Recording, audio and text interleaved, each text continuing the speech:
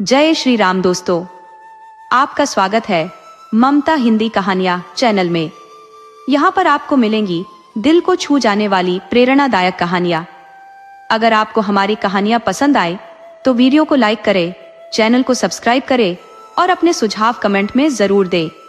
आपके सहयोग से आपका अपना चैनल ज्यादा से ज्यादा लोगों तक पहुंच पाए। धन्यवाद। महाशय मेहता उन दुर्भाग्यशालियों में गिने जाते थे जिनकी कोशिशें अक्सर उनके स्वामी को प्रसन्न करने में विफल हो जाती थी। उनके दिल से किए गए श्रम और लगन के बावजूद उनके हिस्से में कभी वह प्रशंसा नहीं आई जिसकी वह कामना करते थे। वह इस साधारण तथ्य को अनदेखा कर देते थे कि वह केवल अपने कार्य के सेवक नहीं बल्कि स्वामी के भी अधीनस्थ है। जहां उनके सहकर्मी स्वामी की चौखट पर हाजिरी भरते थे, वहीं मेहता जी अपने कार्यालय में कागजों के अंबार से जूझते रहते।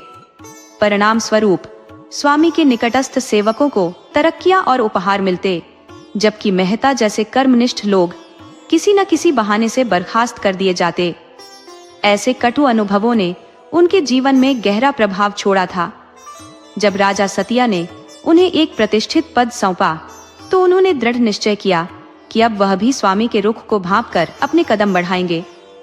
स्तुतिगान को ही अपना साधन बनाकर किस्मत आजमाने का संकल्प लिया। इस निश्चय का पालन उन्होंने इस तरह किया कि मात्र 2 वर्षों में राजा साहब ने उन्हें अपना दीवान बना दिया। स्वाधीन राज्य का दीवान बनना अपने आप में एक बेमिसाल उपलब्धि थी।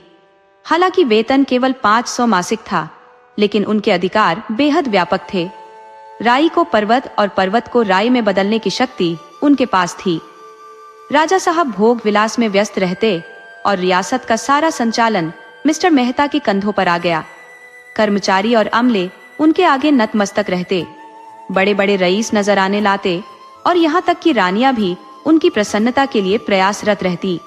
राजा साहब का स्वभाव उग्र था, जैसे अधिकांश राजाओं का होता है। निर्बल के सामने शेर और सबल के सामने नम्र। कभी कभार राजा साहब मेहता को फटकार भी लगाते, लेकिन मेहता ने यह कसम खा रखी थी कि सफाई में एक शब्द भी नहीं बोलेंगे। वह चुपचाप सिर झुकाकर उनकी बात सुन लेते। इससे राजा साहब का क्रोध स्वयं ठंडा पड़ जाता। एक बार गर्मियों के दिनों में जब पॉलिटिकल एजेंट के आगमन की तैयारी हो रही थी, राजा साहब ने मेहता को बुलाकर कहा, मैं चाहता हूं कि साहब बहादुर यहाँ से मेरे प्रशंसा गीत गाते हुए जाए। मेहता ने विनम्रता से सिर झुकाकर उत्तर दिया, चेष्टा तो ऐसी ही कर रहा हूं अन्नदाता। राजा बोले, चेष्टा तो सभी करते हैं, लेकिन परिणाम वही पुराना रहता है। मैं चाहता हूं तुम दृढ़ता से कहो, ऐसा ही होगा, ऐसा ही होगा। मेहता ने आत्मविश्वास से कहा। रुपये पैसे की चिंता मत करो, राजा ने जोड़ा। जो हुक्म महाराज। कोई शिकायत ना आए, नहीं तो अंजाम तुम जानते हो। और हुजूर की प्रशंसा में ही विदा होंगे। यही तो मैं चाहता हूं। जान लगा दूंगा दीन बंधु। अब मुझे संतोष है। इधर पॉलिटिकल एजेंट के आगमन की तैयारी जोरों पर थी।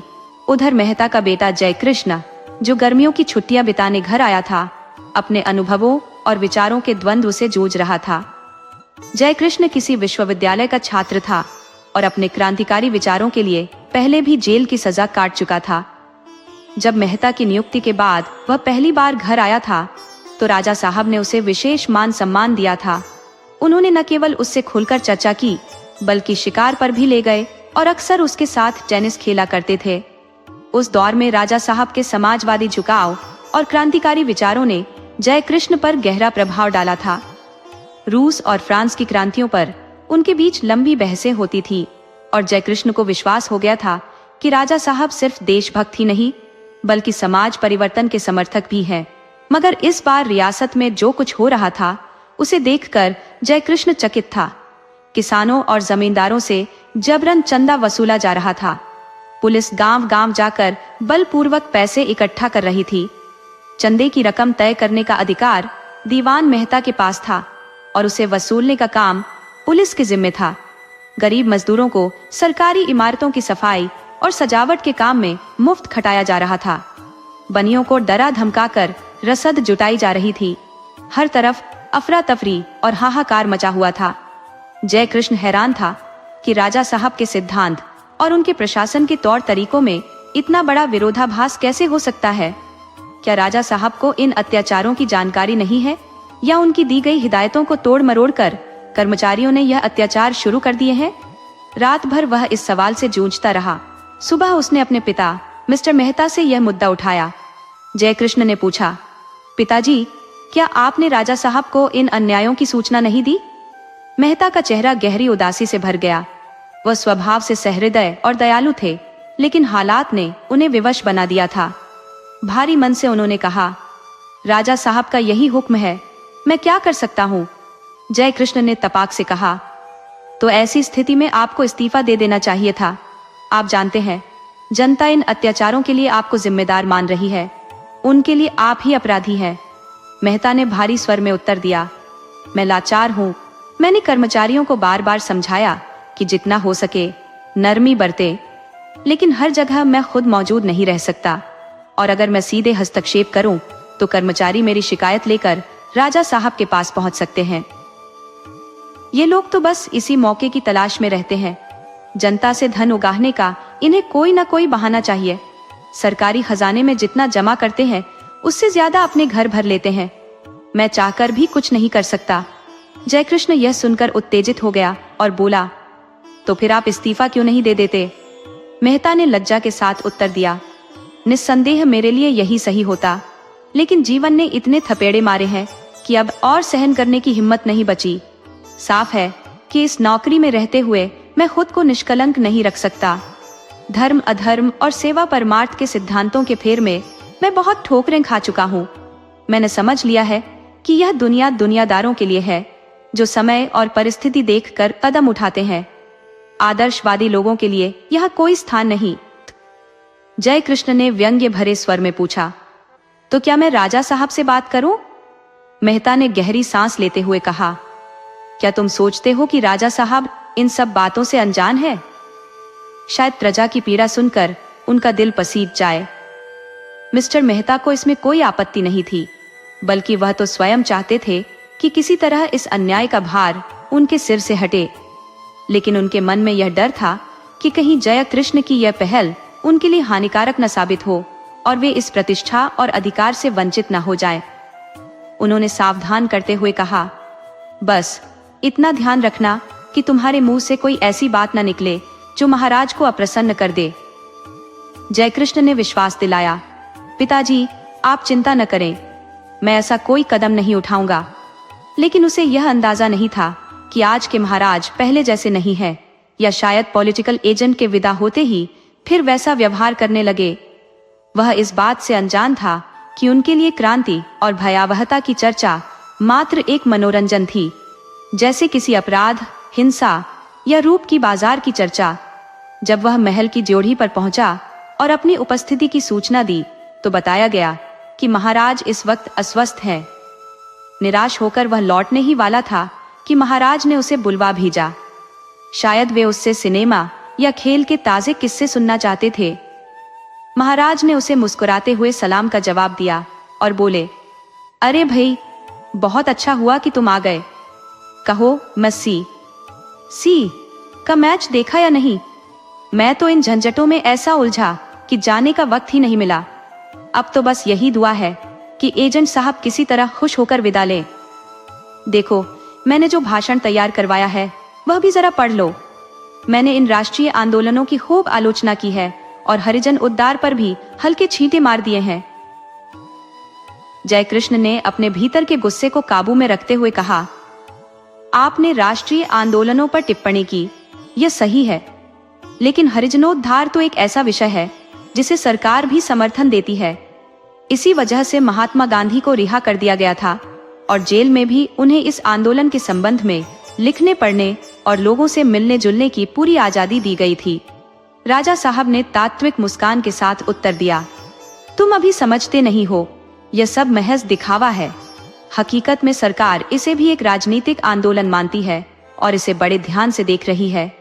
दिखावे में जितना बढ़ चढ़कर हिस्सा लो, चाहे वह औचित्य की सीमाएं पार कर जाए, उसका प्रभाव हमेशा सकारात्मक ही होता है।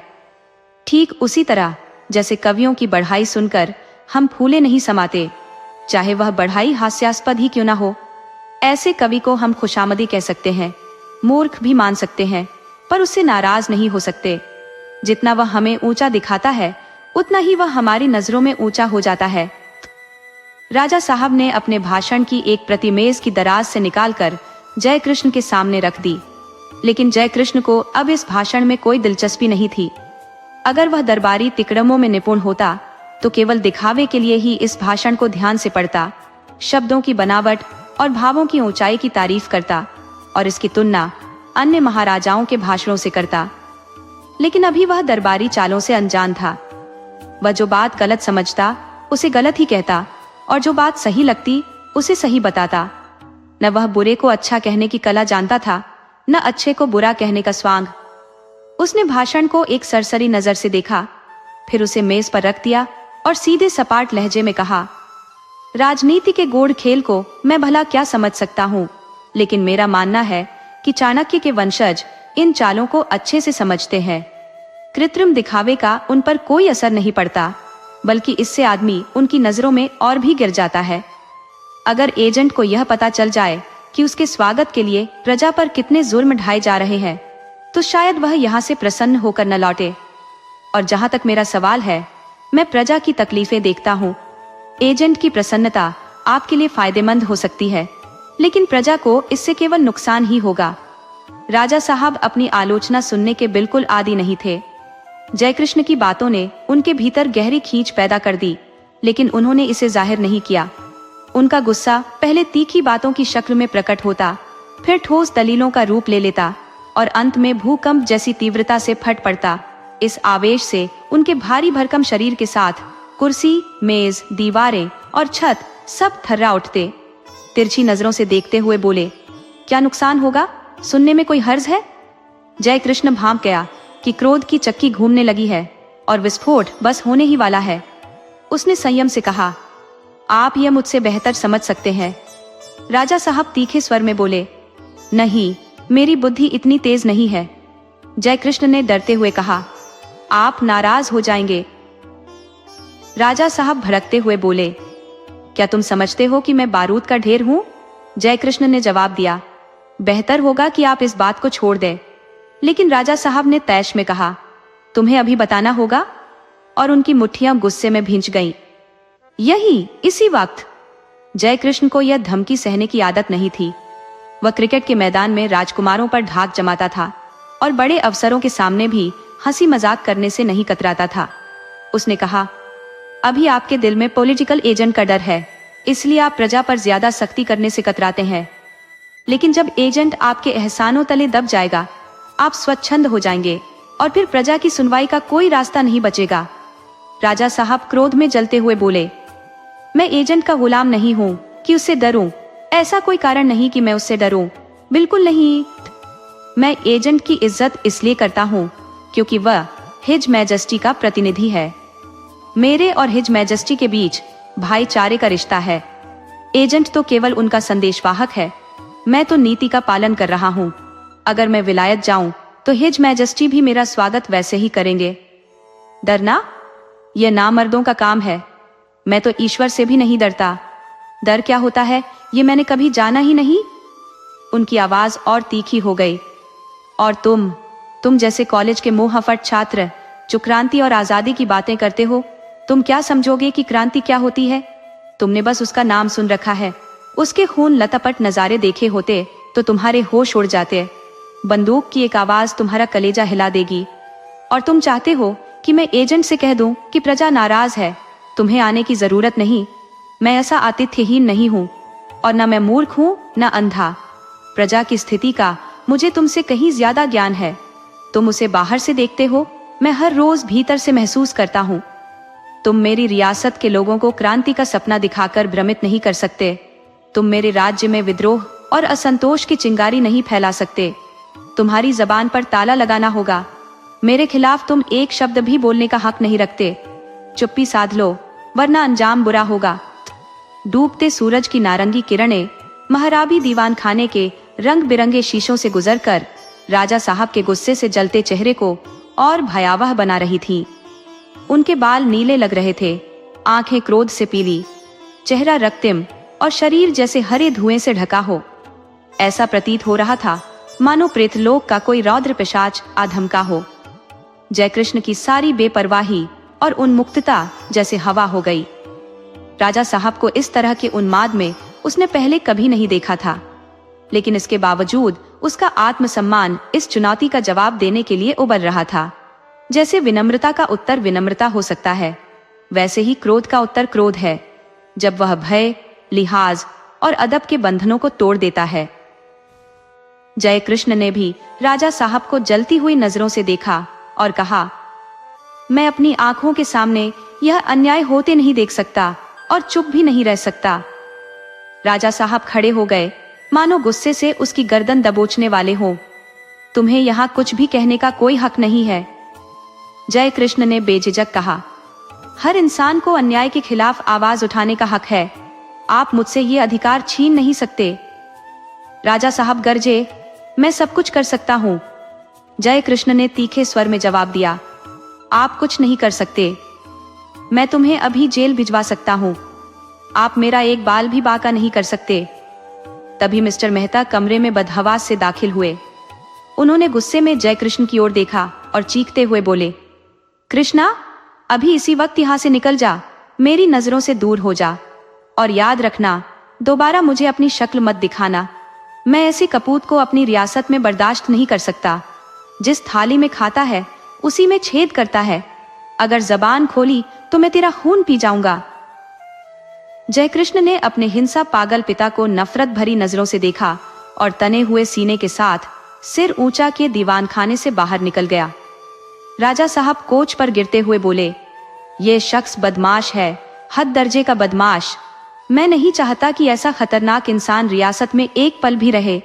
जाकर उससे कहो कि वह अब भी यहाँ से चला जाए, वरना उसके लिए अच्छा नहीं होगा। मैंने सिर्फ तुम्हारी मुरावत में इसे बर्दाश्त किया है, वरना इसका अंजाम अभी दिखा देता। अब फैसला तुम्हें करना है, ये रियासत या वह लड़का। अगर रियासत को बचाना चाहते हो तो अभी और इसी वक्त उसे घर से निकाल बाहर करो। उसे साफ कह दो कि भविष्य में मेरी रियासत की सरहद पर कदम रखने की भी जुर्रत न करे। अगर लड़के से इतना ही लगाव है तो फिर आप खुद आज ही इस रियासत से रुखसत हो जाइए।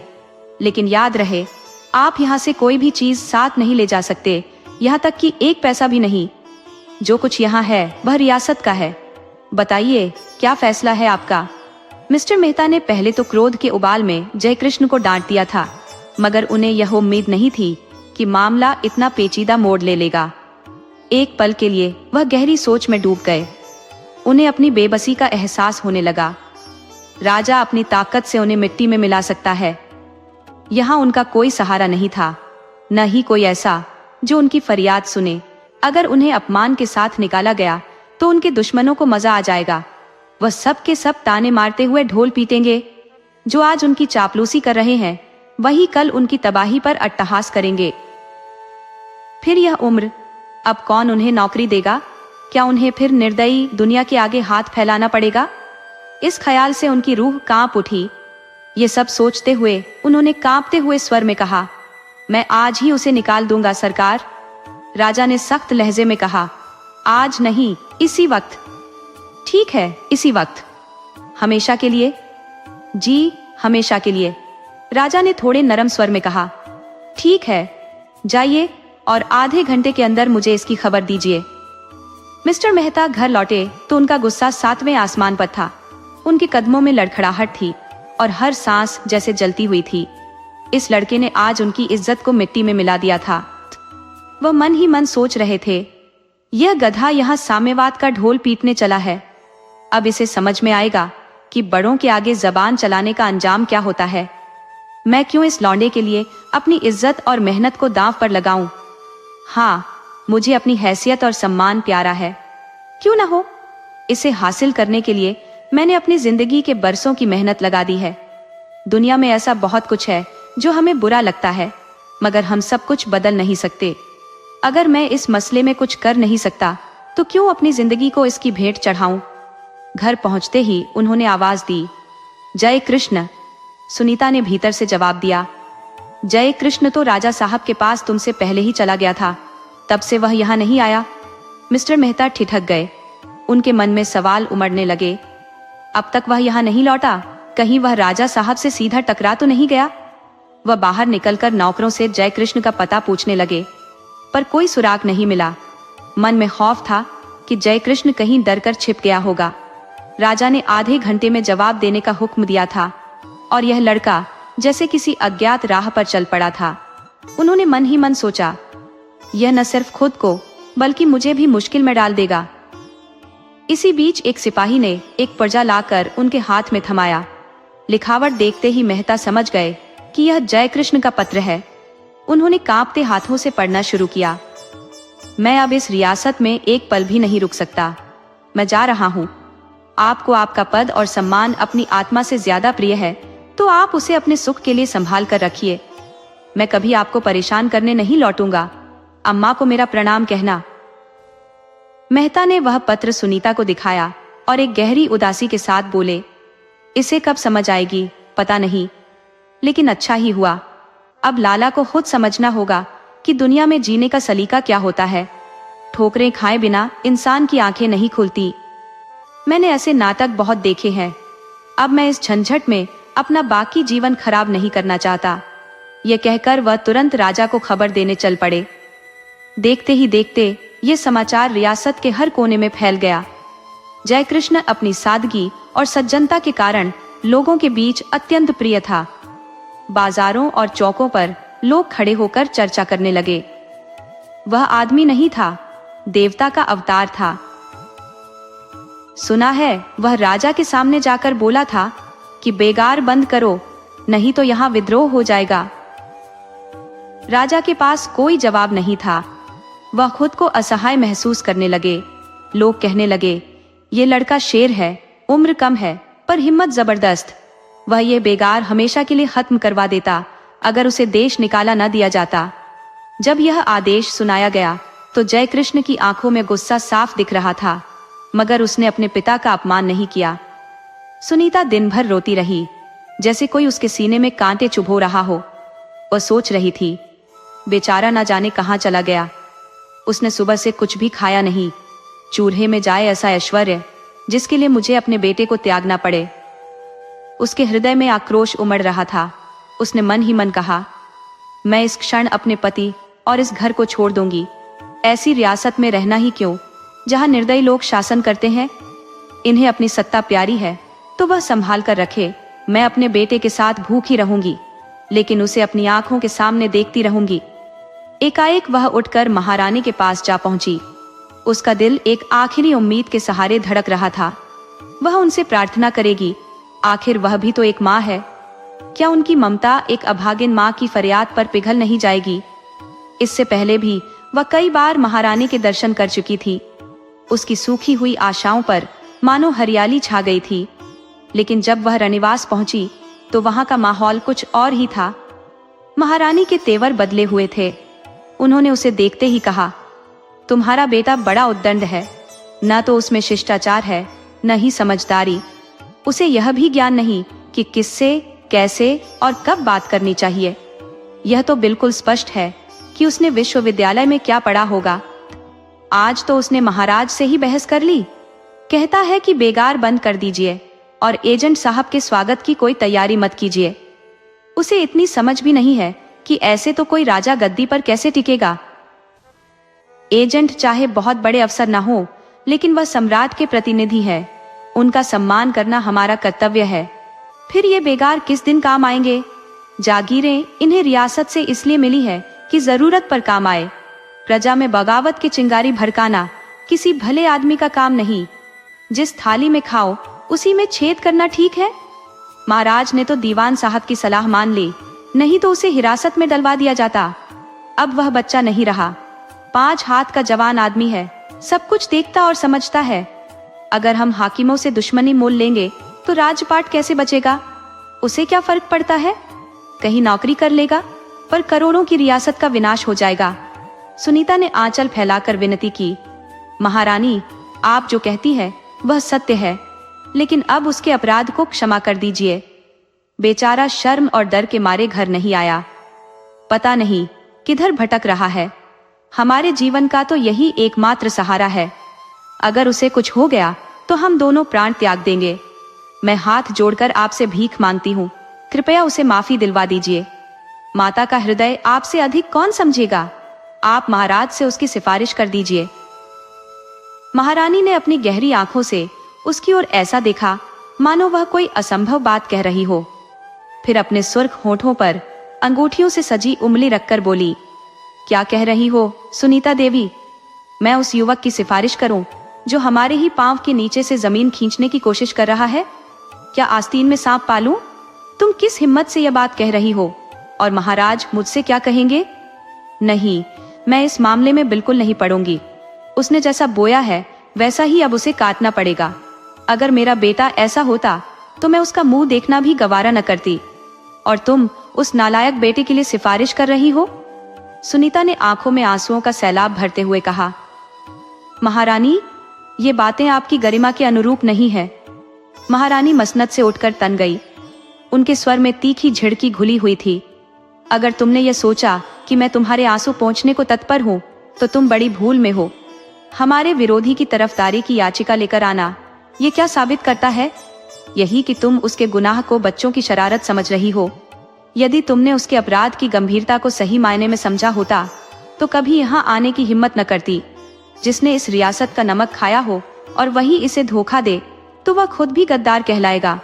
और तुम चाहती हो कि मैं ऐसे व्यक्ति की वकालत करूं? सुनीता का हृदय पुत्र ममता से धधक उठा। उनकी आवाज भी सख्त हो गई। बोली, राजा का धर्म केवल अपने अफसरों को खुश रखना नहीं है, प्रजा का भरण पोषण करना उससे कहीं अधिक बड़ा दायित्व है। इतने में महाराज ने कक्ष में प्रवेश किया। रानी ने खड़े होकर उनका स्वागत किया, जबकि सुनीता सिर झुकाए स्थिर खड़ी रह गई। राजा ने चेहरे पर व्यंग्य की हल्की मुस्कान लाते हुए पूछा, यह कौन महिला तुम्हें राजा के धर्म का पाठ पढ़ा रही थी? रानी ने हल्की हंसी के साथ सुनीता की ओर इशारा करते हुए कहा, यह दीवान साहब की पत्नी है। राजा का चेहरा तमतमा गया। होठ दबाकर बोले, जब माँ इतनी पैनी तलवार हो तो बेटा क्यों न विष से बुझा हुआ तीर बने। देवी जी, मुझे तुमसे यह सीखने की आवश्यकता नहीं है कि राजा का धर्म क्या है। ये ज्ञान मुझे मेरी कई पीढ़ियों से विरासत में मिला है। तुम्हारे लिए बेहतर होगा कि तुम पहले यह सीख लो कि सेवक का अपने स्वामी के प्रति क्या कर्तव्य है और जो नम कहराम हो उसके साथ राजा को कैसा व्यवहार करना चाहिए। ये कहकर राजा उसी गुस्से की हालत में कमरे से बाहर निकल गए। तभी मिस्टर मेहता घर की ओर जा रहे थे। राजा ने उन्हें तेज स्वर में पुकारा, सुनिए मिस्टर मेहता, आपके बेटे तो रियासत को विदा कह चुके, लेकिन मुझे अभी मालूम हुआ कि आपकी धर्मपत्नी विद्रोह के मैदान में उनसे भी 2 कदम आगे हैं। बल्कि सच कहूं तो उनकी बातें सिर्फ एक दस्तावेज है जिसमें देवी जी की आवाज गूंज रही है। मैं यह हरगिज बर्दाश्त नहीं कर सकता कि जो व्यक्ति रियासत का प्रबंधक हो उसके साए में विद्रोहियों को सहारा मिले।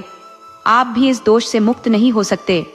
और अगर यह मान लो कि आपने ही यह आग लगाई है तो मेरा यह सोचना अन्याय नहीं होगा। मिस्टर मेहता अपनी स्वामी भक्ति पर लगा यह इल्जाम बर्दाश्त नहीं कर सके। उनकी आवाज में दर्द झलक आया। ये मैं कैसे कहूँ कि दीन बंधु मुझ पर अन्याय कर रहे हैं, लेकिन सच तो ये है कि मैं पूरी तरह निर्दोष हूँ। मुझे इस बात का गहरा अफसोस है कि मेरी वफादारी पर इस तरह शक किया जा रहा है। राजा ने सख्त स्वर में जवाब दिया, वफादारी केवल शब्दों से साबित नहीं होती। मेहता ने संयमित होकर कहा, मुझे लगता है कि मैंने अपनी निष्ठा का प्रमाण पहले ही दे दिया है। राजा ने तीखे लहजे में उत्तर दिया, पुरानी दलीलों से काम नहीं चलता। हर नई परिस्थिति के लिए नए प्रमाण चाहिए। आपके पुत्र के लिए जो सजा तय की गई थी वही आपकी पत्नी के लिए भी लागू होगी और इसे तुरंत अमल में लाया जाएगा। इसमें किसी तरह की बहस या देरी नहीं चलेगी। लेकिन दीनानाथ, राजा ने बात काटते हुए कहा, मैं और कुछ सुनना नहीं चाहता। मेहता ने धीमे स्वर में पूछा, क्या मुझे कुछ निवेदन करने की अनुमति भी नहीं है? राजा ने ठंडे लहजे में कहा, बिल्कुल नहीं, ये मेरा अंतिम आदेश है। मिस्टर मेहता भारी मन से वहां से निकले। उनकी आंखों में गुस्से और असहायता का मिश्रण था। उनके मन में सुनीता के प्रति खिन्नता थी। उन्होंने सोचा, इन सभी को न जाने क्या सनक सवार हो गई है। जय कृष्ण तो फिर भी बच्चा है, समझ का अभाव है। लेकिन सुनीता को क्या सूझा, न जाने वह महारानी से जाकर क्या बोल आई। किसी को मेरी परवाह नहीं है, सब अपनी अपनी धुन में मग्न है। मेरी पीड़ा और संघर्ष को कोई समझ ही नहीं सकता। उन्होंने खुद से कहा, कितनी मुश्किलों और विपत्तियों से निकलकर मैंने यहाँ थोड़ा चैन पाया था, और अब इन सब ने एक और तूफान खड़ा कर दिया। क्या न्याय और सत्य का ठेका सिर्फ मैंने ही लिया है? दुनिया में तो वही हो रहा है जो हमेशा से होता आया है, इसमें कोई नई बात नहीं है। दुर्बल होना अपने आप में एक अपराध है और इसकी सजा से कोई नहीं बच सकता। बाज कभी कबूतर पर दया नहीं करता। उन्होंने गहरी सांस ली और मन ही मन बड़बड़ाए। सत्य और न्याय का समर्थन करना सभ्यता का हिस्सा है, इसमें कोई शक नहीं। लेकिन क्या हमें भी इसे सिर्फ नाम मात्र के लिए नहीं मान लेना चाहिए, जैसे बाकी लोग करते हैं? और जिनके लिए हम खड़े हों, वे भी तो इसका महत्व समझे। आज राजा साहब इन बेगारों से थोड़ी हंसी खुशी से पेश आ जाए तो ये अपने सारे दुख भूल जाएंगे और उल्टा हमारे ही दुश्मन बन जाएंगे। मेहता का गुस्सा थम नहीं रहा था। शायद सुनीता महारानी के पास जाकर अपने मन का गुब्बार निकाल आई है। ये मूर्ख यह नहीं समझती कि इस दुनिया में मान मर्यादा के साथ जीवन बिताना ही सबसे बड़ा धर्म है। अगर भाग्य में प्रतिष्ठा और यश लिखा होता तो मैं इस तरह दूसरों की गुलामी क्यों करता। वह खुद से बोले, अब समस्या ये है कि इसे भेजूं कहाँ? मैके में कोई नहीं है और मेरे घर में भी कोई नहीं। आखिर क्या करूं? उफ, अब मैं और कितनी देर इस चिंता के बोझ तले घुटता रहूं? जिसे जहां जाना है जाए और जैसा किया है वैसा भोगे। इसी व्यथित मनोदशा में मेहता घर के भीतर गए और गुस्से से सुनीता से बोले, आखिर तुम्हें भी वही पागलपन सूझा जो उस लड़के को हुआ था? मैं पूछता हूँ, तुम्हारी अक्ल कभी काम करेगी या नहीं? क्या पूरे संसार के सुधार का ठेका हमने ही लिया है? दुनिया में कौन ऐसा राजा है जो अपनी प्रजा पर जुल्म न करता हो, उनके अधिकार न छीनता हो? सिर्फ राजा ही क्यों, हम तुम भी तो दूसरों पर अन्याय करते ही हैं। तुम्हें क्या अधिकार है कि इतने नौकर चाकर रखो और छोटी छोटी बातों पर उन्हें सजा दो? यह न्याय और सत्य जैसे शब्द महज छलावा है जो सिर्फ नादान लोगों की गर्दन मरोड़ने और समझदारों की प्रशंसा बटोरने के लिए गढ़े गए हैं। तुम और तुम्हारा बेटा उन्हीं नादानों में से हो और इसका खामियाजा तुम्हें भुगतना होगा। राजा साहब का आदेश है कि 3 घंटे के भीतर रियासत छोड़ दो, वरना पुलिस आकर जबरन निकाल देगी। मैंने ठान लिया है कि राजा साहब की मर्जी के खिलाफ एक शब्द भी नहीं बोलूंगा।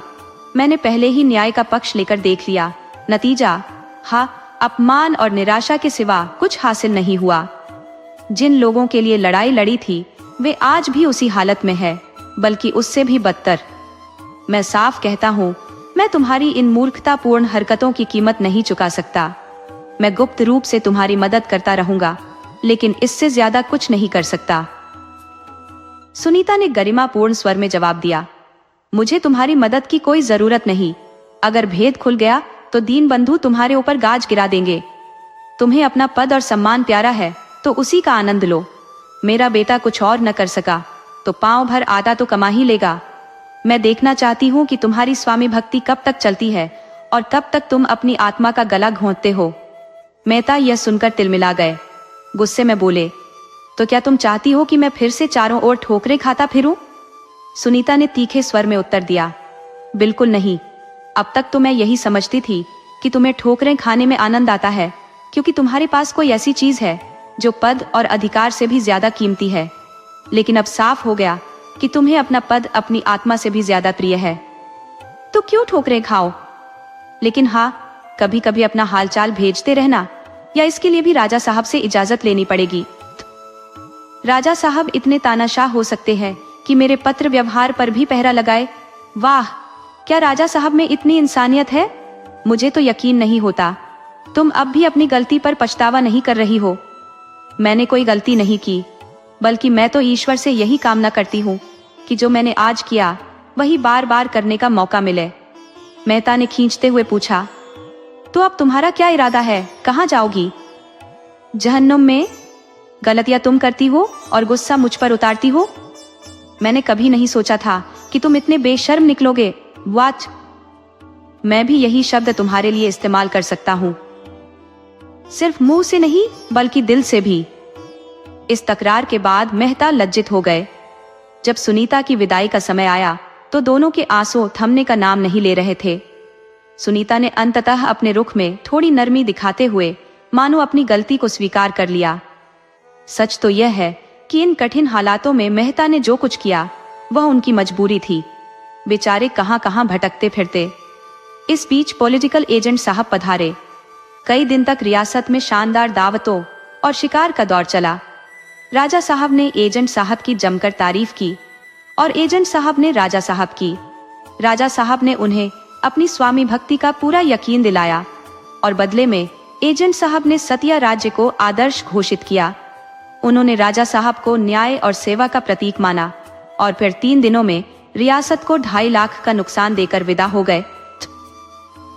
इस सब के बीच मिस्टर मेहता का दिमाग 7वें आसमान पर था। हर कोई उनकी कार्यकुशलता की तारीफ कर रहा था। एजेंट साहब तो उनकी दक्षता पर फिदा हो गए। नतीजा यह हुआ कि मेहता को राय साहब की उपाधि मिल गई और उनके अधिकारों में भी बढ़ोतरी हो गई। लेकिन यह सब पाने के लिए उन्होंने अपनी आत्मा को ताक पर रख दिया था। उनकी साधना कि महाराज और एजेंट दोनों उनसे प्रसन्न रहे पूरी तरह सफल हो गई।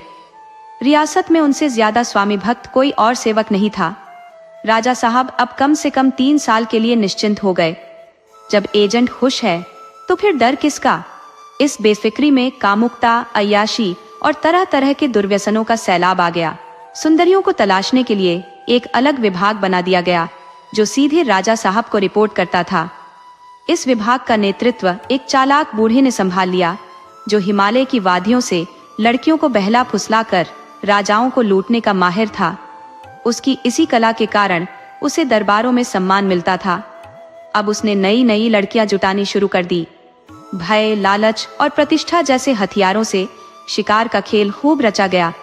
लेकिन एक ऐसा मौका भी आया जब यह सारे छल कपट और सामूहिक व्यक्तिगत प्रयास व्यर्थ साबित हुए। गुप्त विभाग ने तय किया कि इस बालिका को किसी भी कीमत पर उठा लाया जाए। इस नाजुक और अहम काम का जिम्मा मिस्टर मेहता को सौंपा गया जो रियासत के सबसे वफादार सेवक माने जाते थे। महाराजा साहब को उन पर अटूट विश्वास था। अन्य लोगों पर रिश्वतखोरी, गद्दारी या राजफाश करने का खतरा था, लेकिन मेहता पर ऐसी किसी भी हरकत का शक नहीं किया जा सकता था। रात के करीब 9 बजे मेहता को बुलावा आया। हुजूर ने आपको याद किया है।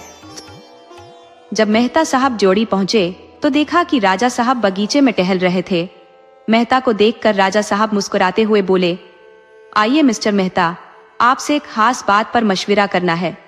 यहाँ कुछ लोगों का मानना है कि सिंहद्वार के सामने आपकी एक मूर्ति लगाई जाए ताकि आपकी सेवाओं की याद हमेशा बनी रहे। मुझे नहीं लगता कि आपको इससे कोई आपत्ति होगी, और अगर होगी भी तो लोग आपकी नाराजगी की भी परवाह नहीं करेंगे। सतिया की जो अतुलनीय सेवा आपने की है उसका कोई भी इनाम पूरा नहीं हो सकता, लेकिन जनता के दिलों में आपके लिए जो श्रद्धा है उसे वो किसी न किसी तरह जाहिर करना चाहती है। मेहता ने विनम्रता से कहा, यह तो अन्नदाता की महानता है। मैं तो केवल एक छोटा सा सेवक हूँ। मैंने जो कुछ भी किया वह केवल अपने फर्ज को निभाने का प्रयास था, लेकिन मैं इस सम्मान के योग्य नहीं हूँ। राजा साहब ने हंसते हुए कहा, आप योग्य है या नहीं ये फैसला आपके हाथ में नहीं है मिस्टर मेहता। यहाँ आपकी विनम्रता की नहीं चलेगी। ये सम्मान आपका नहीं बल्कि हमारी भक्ति का प्रतीक होगा। समय के साथ हम और आप दोनों ही नहीं रहेंगे, लेकिन यह मूर्ति अपनी निःशब्द वाणी से बताती रहेगी कि पिछली पीढ़ी अपने उद्धारकों का सम्मान करना जानती थी। मैंने लोगों से कह दिया है कि इसके लिए चंदा इकट्ठा करें, और हाँ, एजेंट साहब ने अपने हालिया पत्र में आपको खास तौर पर सलाम भेजा है। मेहता ने झुकी हुई दृष्टि से कहा, यह उनकी बड़प्पन है। मैं तो जैसा आपका सेवक हूँ वैसा ही उनका भी हूँ। राजा साहब कुछ पल फूलों की सुंदरता में खोए रहे, फिर अचानक मानो कोई भूली बात याद आ गई हो, बोले, तहसील खास में एक गांव है लगनपुर, आप कभी वहां गए हैं? हाँ, ऊपर से तो बहुत नेक और भला लगता है, मगर अंदर से पूरा शोषक और स्वार्थी है। राजा साहब ने तीखी मुस्कान के साथ कहा। उन्होंने अपनी आवाज को थोड़ा गंभीर करते हुए कहा, आपको शायद जानकारी ना हो, लेकिन इन दिनों महारानी का स्वास्थ्य बहुत खराब चल रहा है। मैं सोच रहा हूँ कि उन्हें किसी सैनिटोरियम में भेज दूं ताकि वह हर तरह की चिंताओं और झंझटों से दूर रहकर सुकून पा सके। लेकिन रनिवास में एक रानी का रहना बेहद जरूरी है। अफसरों की लेडियां आती है और भी कई अंग्रेज मित्र अपनी पत्नियों के साथ मेरे मेहमान बनते रहते हैं। यहाँ तक कि दूसरे राजा महाराजे भी अपनी रानियों के साथ आते हैं। ऐसे में रनिवास में रानी के बिना सब अधूरा लगने लगता है। ये केवल निजी मसला नहीं है, बल्कि राजनीतिक स्थिति भी है। मुझे उम्मीद है कि आप मेरी बात से सहमत होंगे। उन्होंने थोड़ी देर रुककर धीमे स्वर में कहा, मैंने दूसरी शादी का इरादा कर लिया है। उस साहूकार की एक बेटी है जिसने कुछ समय अजमेर में पढ़ाई की है। एक बार मैं उस गांव से गुजरा था, तब मैंने उसे अपने घर की छत पर देखा था। उसी क्षण मन में ख्याल आया कि अगर यह लड़की रनिवास में आ जाए तो उसकी शोभा कई गुना बढ़ जाएगी। मैंने महारानी से इजाजत लेकर साहूकार के पास संदेशा भिजवाया, लेकिन मेरे विरोधियों ने उसे ऐसी कोई बात समझा दी कि उसने मेरे प्रस्ताव को ठुकरा दिया। वह कहता है कि उसकी बेटी का विवाह हो चुका है। मैंने कहला भेजा कि इसमें कोई अड़चन नहीं है, मैं तावान देने को तैयार हूँ, लेकिन वह अड़ियल बराबर इनकार करता जा रहा है।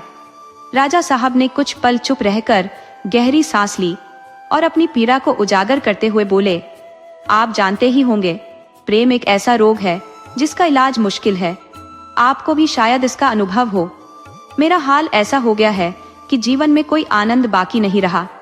नींद उड़ चुकी है, भोजन में दिलचस्पी नहीं रही। जान, अगर यही हाल रहा तो मेरी जान पर बनाएगी। हर वक्त वही चेहरा आंखों के सामने नाचता रहता है। मैंने अपने मन को बहुत समझाने की कोशिश की, लेकिन अब मैं मजबूर हो गया हूँ। इसीलिए मैंने ठान लिया है कि इसे कूटनीति से हल करना पड़ेगा। युद्ध और प्रेम में सब जायज होता है। उन्होंने मेहता की ओर देखकर कहा, मैं चाहता हूँ कि आप कुछ भरोसेमंद लोगों को साथ लेकर जाएं और उस लड़की को यहाँ ले आए। चाहे वह खुशी खुशी आए या दबाव डालकर, यह कोई मुद्दा नहीं है। मैं अपने राज्य का स्वामी हूँ और जो चीज मुझे चाहिए उस पर किसी और का नैतिक या सामाजिक अधिकार नहीं हो सकता। यह समझ लीजिए, आप ही मेरी जान बचा सकते हैं। ऐसा काम करने का मादा किसी और में नहीं है। आपने राज्य के लिए बहुत बड़ी बड़ी सेवाएं की हैं। ये कार्य आपके सेवाभाव की पूर्णता होगी और आने वाले युगों तक आप राजवंश के इष्टदेव माने जाएंगे। यह सुनते ही मिस्टर मेहता के भीतर दबा हुआ स्वाभिमान मानो चिंगारी बनकर सजीव हो गया। जिस खून का बहाव बरसों से ठहरा हुआ था, वह अचानक उबाल मारने लगा। त्योरिया चढ़ाते हुए उन्होंने तीखे स्वर में कहा, तो आप चाहते हैं कि मैं उसे किडनैप करूं? राजा साहब उनके उग्र तेवर देखकर तुरंत नरमी पर उतर आए। हल्के स्वर में बोले, ऐसा हरगिज नहीं मिस्टर मेहता, आप मुझे गलत समझ रहे हैं। मैं तो आपको अपना प्रतिनिधि बनाकर भेज रहा हूँ। इस काम को पूरा करने के लिए आप जो भी रास्ता उचित समझे अपनाए। आपको हर प्रकार का अधिकार दिया जाता है। मगर मेहता का आक्रोश और भड़क उठा। उन्होंने क्रोधित होकर कहा, मुझसे ऐसा नीच काम नहीं होगा। राजा साहब के चेहरे पर गुस्से की लकीरें उभर आईं। उनकी आंखों से मानो चिंगारियां निकलने लगी। उन्होंने गुस्से में कहा, अपने स्वामी की आज्ञा का पालन करना तुम्हें नीचता लगती है? मेहता ने ठोस लहजे में जवाब दिया, जो आज्ञा नीति और धर्म के विरुद्ध हो उसका पालन करना बेशक नीचता है। राजा ने व्यंग्य करते हुए कहा, तो किसी स्त्री को विवाह का प्रस्ताव देना नीति और धर्म के विरुद्ध है? मेहता ने दृढ़ता से जवाब दिया, आप इस घिनौने कृत्य को विवाह कहकर विवाह शब्द को कलंकित कर रहे हैं। यह बलात्कार के समान है। राजा साहब गुस्से से लाल होकर बोले, तुम होश में हो? पूरी तरह होश में हूं। मेहता ने बेझिझक उत्तर दिया। राजा ने क्रोध में कहा, मैं तुम्हें धूल में मिला सकता हूं। मेहता ने उसी तीव्रता से उत्तर दिया, तो आपकी गद्दी भी सलामत नहीं रहेगी। राजा ने चीख कर कहा, मेरी सारी नेकियों का यही बदला है, नमक हराम। मेहता ने गहरी आवाज में कहा, आप अब मर्यादा की सीमाएं लांघ रहे हैं राजा साहब। मैंने अब तक अपनी आत्मा को कुचलकर आपके हर जायज नाजायज हुक्म का पालन किया है, लेकिन आत्मा के विरुद्ध सेवा की भी एक सीमा होती है। आपका यह कार्य घिनौना है और जो व्यक्ति इसमें आपका साथ दे वह केवल मौत के काबिल है। मैं ऐसी नौकरी पर थूकता हूँ। ये कहकर मेहता घर लौट आए। उसी रात उन्होंने अपना सामान बांधा और राज्य छोड़कर चले गए। लेकिन उससे पहले उन्होंने पूरे घटनाक्रम को विस्तार से लिखकर एजेंट के पास भेज दिया। दोस्तों, आपको कहानी कैसी लगी अपने सुझाव कमेंट करना न भूले। तो चलिए आज की अगली कहानी शुरू करते हैं।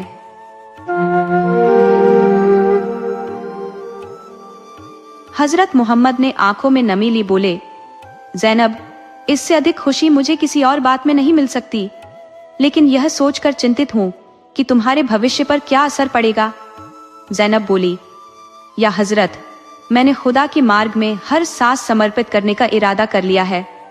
मैं दुनियावी मोह के लिए अपनी आखिरत को खोना नहीं चाहती। हजरत ने कहा, ज़ैनब, खुदा की राह में बाधाएं अनगिनत है, कांटे बिछे हैं। ज़ैनब ने दृढ़ता से उत्तर दिया, लगन को कांटों का भय नहीं होता। हजरत बोले, इस राह पर चलना ससुराल से नाता तोड़ना होगा। ज़ैनब ने निडरता से कहा, लेकिन खुदा से तो जुड़ जाऊंगी। हजरत ने अंत में कहा, और अबू लास। ये सुनकर ज़ैनब की आंखें छलछला उठी। वह कातर स्वर में बोली, अब्बा जान, इसी बंधन ने मुझे इतने दिनों रोके रखा, अन्यथा मैं कब की आपकी शरण में आ गई होती। मैं जानती हूँ उनसे जुदा होकर शायद मैं जी न पाऊं, और हो सकता है कि उनका भी हृदय टूट जाए, लेकिन मुझे भरोसा है कि एक दिन वे खुदा पर ईमान लाएंगे और तब मुझे फिर से उनकी सेवा का अवसर मिलेगा। हजरत बोले, बेटी, अबुलास का हृदय निष्कलंक है, वह सत्यनिष्ठ और दयालु है, परंतु उसका आत्मगौरव शायद उसे आखिरी सांस तक ईश्वर से दूर रखे। वह तकदीर, आत्मा, स्वर्ग, नरक किसी में आस्था नहीं रखता। कहता है, सृष्टि को संचालित करने के लिए खुदा की आवश्यकता ही क्या है? बुद्धि और विवेक हमारे लिए पर्याप्त है। इस सोच में फंसे मनुष्य को खुदा पर लाना कठिन है। अधर्म पर विजय पाना आसान है, पर जब वह तर्क और दर्शन का रूप ले ले तो अजेय हो जाता है। ज़ैनब ने आत्मविश्वास से कहा, हजरत, आत्मा की मुक्ति के लिए मुझे वह चाहिए जो मुझे खुदा से मिलाए। मैं किसी मनुष्य को अपने और खुदा के बीच में नहीं आने दूंगी। हजरत ने प्रसन्न होकर कहा, खुदा तुझ पर रहमत बरसाए बेटी, तेरी बातों ने मेरे दिल को सुकून दिया। ये कहकर उन्होंने ज़ैनब को स्नेहपूर्वक गले लगा लिया। अगले दिन ज़ैनब को जमा मस्जिद में कलमा पढ़ाकर इस्लाम में दीक्षित किया गया।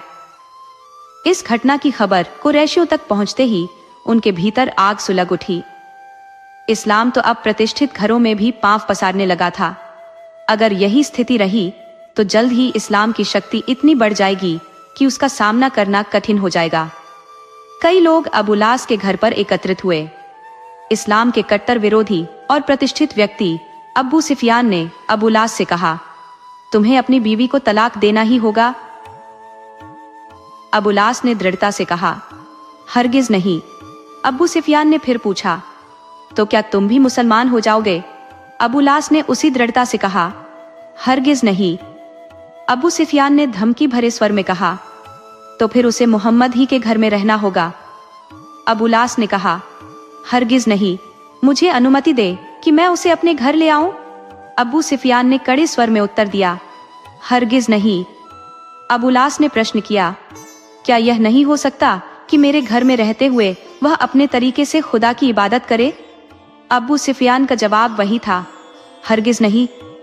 अबुलास ने भारी दिल से कहा, तो फिर मुझे अपनी कौम से पतित कर दीजिए। यह भी मंजूर है, लेकिन मैं अपनी बीवी को तलाक नहीं दे सकता। मैं किसी की धार्मिक स्वतंत्रता का हरण नहीं करूंगा, न ही अपनी पत्नी की। अबू सुफियान ने फिर कहा, कुरैश में क्या और लड़कियां नहीं है? अबुलास ने जवाब दिया, ज़ैनब जैसी कोई नहीं। अबू सुफियान ने कहा, हम ऐसी सुंदरियां दिखा सकते हैं जो चांद को भी लजा दे। अबुलास ने शांत भाव से कहा, मैं रूप का उपासक नहीं हूं। अबू सुफियान ने कहा, ऐसी लड़कियां दे सकते हैं जो गृह प्रबंधन में पारंगत हों, जिनकी बातें मीठी हों, जो भोजन ऐसा बनाए कि बीमार भी रुचि ले, और कपड़े सिलने पिरोने में इतनी कुशल हों कि पुराने वस्त्र भी नए लगे। अबुलास ने अंत में कहा, मैं इन गुणों का नहीं, प्रेम का उपासक हूं, और मुझे विश्वास है कि ज़ैनब जैसा प्रेम मुझे इस दुनिया में कहीं और नहीं मिल सकता। अब्बू सी, यदि प्रेम था तो क्यों तुमसे बिछड़ने को मजबूर हुई? अबू, प्रेम का मोल इस शर्त पर नहीं होता कि कोई अपने आत्मसम्मान को त्याग दे। अब्बू सी, मतलब यह है कि तुम समाज की धारा के विपरीत चलना चाहोगे? याद रखना, समाज ऐसे विद्रोह को सहन नहीं करेगा। जो चेतावनी दी जा रही है उसे हल्के में मत लो। अब्बू सुफियान और उनके साथियों ने धमकियां देते हुए वहां से प्रस्थान किया, परंतु अबू लास ने साहस संजोया और ससुराल जा पहुंचे। संध्या का समय था। हजरत अपने अनुयायियों संग मगरिब की नमाज में मग्न थे। अबू लास ने उन्हें आदर पूर्वक सलाम किया और नमाज खत्म होने तक चुपचाप उनके भाव विभोर स्वरूप को निहारते रहे। नमाज के दौरान भक्तों की एकजुटता, एक रूपता में उठने बैठने और सजदे में झुकने के दृश्य ने उनके हृदय पर गहरी छाप छोड़ी। अबू लास भी किसी अदृश्य शक्ति से उस भक्ति की धारा में बह गए। अनजाने में ही भक्तों के साथ उठते झुकते रहे। वह स्थल मानो भक्ति के शिखर पर पहुंच चुका था। नमाज समाप्त होते ही अबू लास ने हजरत से निवेदन किया, मैं ज़ैनब को विदा करने आया हूँ। हजरत ने चकित होते हुए उत्तर दिया, क्या तुम अवगत नहीं हो कि वह अब खुदा और रसूल पर ईमान लाती है? अबू लास ने सिर झुकाकर कहा, जी हाँ, मुझे ज्ञात है हजरत। इस्लाम में ऐसे संबंध निषिद्ध है। अब्बू, तो क्या इसका तात्पर्य यह है कि ज़ैनब ने मुझे तलाक दे दिया? हजरत, यदि यही अर्थ निकले तो? अब्बू, तो कुछ नहीं, ज़ैनब को खुदा और रसूल की सेवा मुबारक हो। मैं उससे एक अंतिम बार मिलकर विदा लेना चाहता हूँ और फिर कभी यहाँ कदम नहीं रखूंगा। किंतु ध्यान रहे, यदि कुरैश इसके कारण शस्त्र उठाए तो उसका उत्तरदायित्व मुझ पर नहीं होगा, और यदि ज़ैनब मेरे साथ लौटेगी तो मैं उनके आक्रोश का अकेला भागी बनूंगा। आपको या आपके अनुयायियों पर कोई संकट नहीं आएगा। हजरत, परंतु क्या तुम दबाव में आकर उसे उसके ईमान से विचलित करने का प्रयास करोगे? अबू, किसी के धर्म में हस्तक्षेप करना मेरे सिद्धांतों के विपरीत है। हजरत, और यदि लोग तुम्हें तलाक के लिए बाध्य करेंगे? अबू, तलाक से पहले मैं अपने जीवन को ही त्याग दूंगा। हजरत अबू लास के इन शब्दों से आश्वस्त हो गए। उन्हें अनुमति दी कि वह हरम में ज़ैनब से मिले। अबू लास ने पूछा, ज़ैनब, मैं तुम्हें साथ ले जाने आया हूँ। क्या धर्म परिवर्तन ने तुम्हारा हृदय भी बदल दिया है? ज़ैनब रोते हुए उनके चरणों में गिर पड़ी और बोली, स्वामी, धर्म तो अनगिनत है, परंतु हृदय केवल एक बार समर्पित होता है। मैं आपकी हूँ, चाहे यहाँ रहूं या वहां, परंतु क्या समाज मुझे आपके साथ रहने देगा? अबू लास, यदि समाज नहीं रहने देगा तो मैं ही उस समाज का परित्याग कर दूंगा। संसार में रहने के लिए अन्य स्थान भी है, और जहां तक मेरी बात है, तुम जानती हो कि किसी के धर्म में हस्तक्षेप करना मेरे स्वभाव के विपरीत है। ज़ैनब ने विदाई के समय अपनी माता खदीजा से विदाई ली, जिन्होंने उसे विदाई में बदख्शां का एक बेशकीमती हार उपहार स्वरूप दिया। इसी बीच इस्लाम पर असहिष्णुता और अत्याचार बढ़ते गए। तिरस्कार की सीमाएं लांघकर भय के अंधकार में डूबे शत्रुओं ने इस्लाम को समाप्त करने के लिए संगठित प्रयास शुरू किए। दूरस्थ कबीले तक इस घृणा में सहभागी बनाए गए। इस्लाम की शक्ति सीमित थी और उनके पास शस्त्रों से प्रतिरोध करने का सामर्थ्य नहीं था। हजरत मोहम्मद ने अंततः मक्का छोड़ मदीना की राह पकड़ी। कई अनुयायियों ने उनके साथ इस यात्रा का अनुसरण किया। मदीना पहुंचने पर मुसलमानों में एक नवीन शक्ति और आत्मविश्वास का संचार हुआ। अब उनके पास अपने धर्म का निर्भयता पूर्वक पालन करने का अवसर था। एक दिन अबू लास ने अपनी पत्नी ज़ैनब से कहा, ज़ैनब, हमारे बुजुर्गों ने इस्लाम के खिलाफ जिहाद का ऐलान कर दिया है। बात? ज़ैनब ने चिंता भरे स्वर में पूछा। अब तो वे लोग यहाँ से रुखसत हो चुके हैं, फिर यह जिहाद क्यों?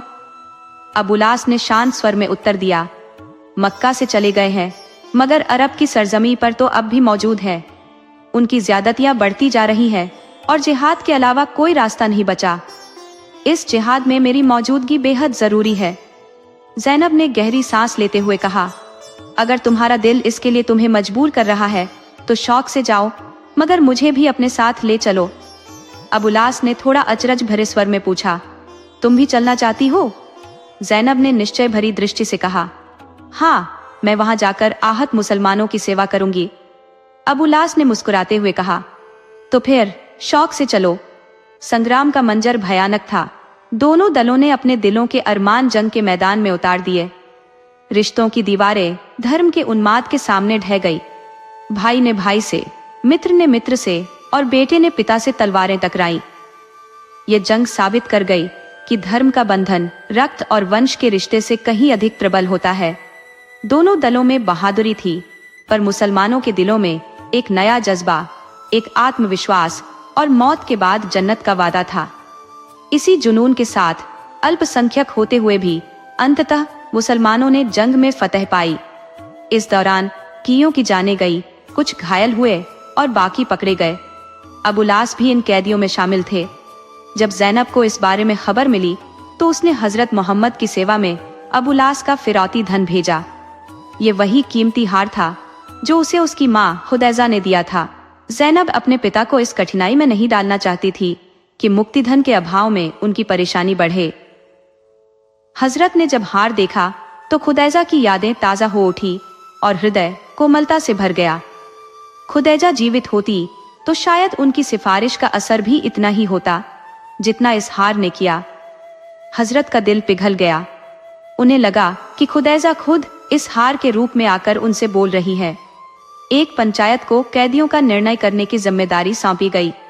अधिकांश पंच हजरत के अपने ही लोग थे, लेकिन पुरानी दुश्मनी और प्रतिशोध की भावना अभी भी कुछ के मन में जीवित थी। इस्लाम ने उनमें क्षमा का बीज न सही, मगर साम्यवाद की भावना जरूर भर दी थी। अबू लास सिर झुकाए पंचों के सामने खड़े थे। सभी कैदियों का फिरौती धन परख कर उन्हें छोड़ दिया गया, मगर अबू लास की ओर किसी ने ध्यान तक नहीं दिया। हालांकि वह हार एक तश्तरी में पंचों के सामने रखा था। हजरत के मन में बार बार आता कि पंचों से कहें कि यह हार कितना मूल्यवान है, मगर धर्म की मर्यादा के कारण वे मौन रहे। यहाँ तक कि सभी कैदी मुक्त हो गए, पर अबू लास सिर झुकाए अकेले खड़े रहे और उनकी स्थिति ऐसी थी कि हजरत के दामाद को भी बैठने की अनुमति न दी गई। अचानक जैद ने अबू लास की ओर देख कटाक्ष किया। देखा, खुदा इस्लाम की कितनी हिमायत करता है। हमारे पास तुमसे 5 गुना अधिक सैनिक थे, मगर खुदा ने तुम्हें शिकस्त दी, समझे, या अब भी आंखें बंद है? अबू लास ने गंभीर स्वर में उत्तर दिया, जब आप मानते हैं कि खुदा सबका मालिक है, तो वो अपने एक बंदे से दूसरे का सिर कटवाने में मदद क्यों करेगा? मुसलमानों की विजय इसलिए नहीं हुई कि खुदा ने उनकी मदद की, बल्कि इसलिए कि उन्हें विश्वास है कि मौत के बाद जन्नत मिलेगी। खुदा का नाम लेकर उसकी बदनामी न करे। जैद ने तीखी आवाज में कहा, तुम्हारा मुक्तिधन काफी नहीं है अबू लास। ये हार मेरे लिए मेरी जान से बढ़कर है। मेरे पास इससे अधिक मूल्यवान कोई और वस्तु नहीं है। जैद, तुम्हारे पास ज़ैनब है, जिन पर इस तरह के सैकड़ों हार कुर्बान किए जा सकते हैं। अबू लास, तो तुम्हारा मतलब है कि मेरी बीवी ही मेरी रिहाई की कीमत बने? ये मेरे लिए कहीं बेहतर होता कि मैं मारा जाता। अच्छा, अगर मैं वह फदिया न दूं तो क्या होगा? जैद, तब तुम्हें यहाँ जीवन भर गुलाम की तरह रहना पड़ेगा। तुम हमारे रसूल के दामाद हो, इस नाते हम तुम्हारा सम्मान करेंगे, पर तुम्हें गुलाम ही समझा जाएगा। हजरत मोहम्मद पास में बैठे यह सब बातें सुन रहे थे।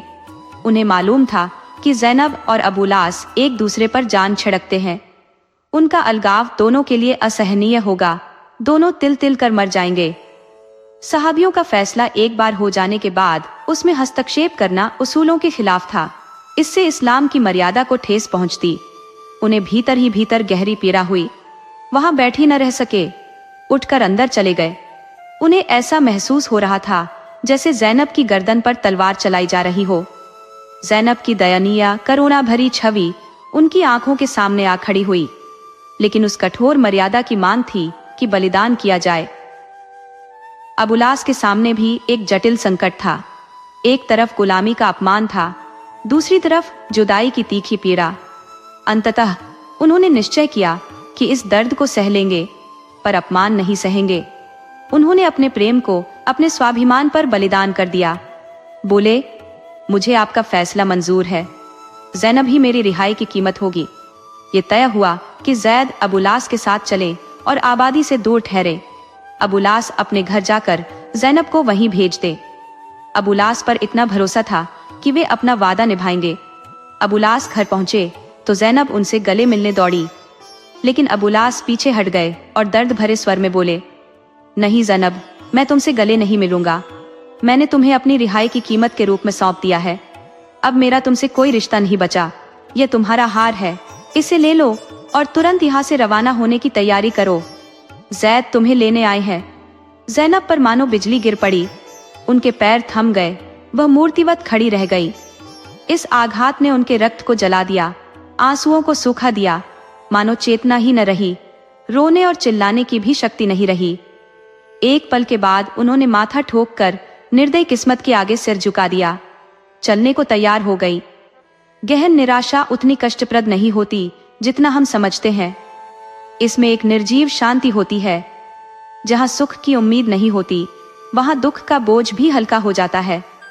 मदीने में रसूल की बेटी का जितना मान सम्मान होना चाहिए था, उतना होता था।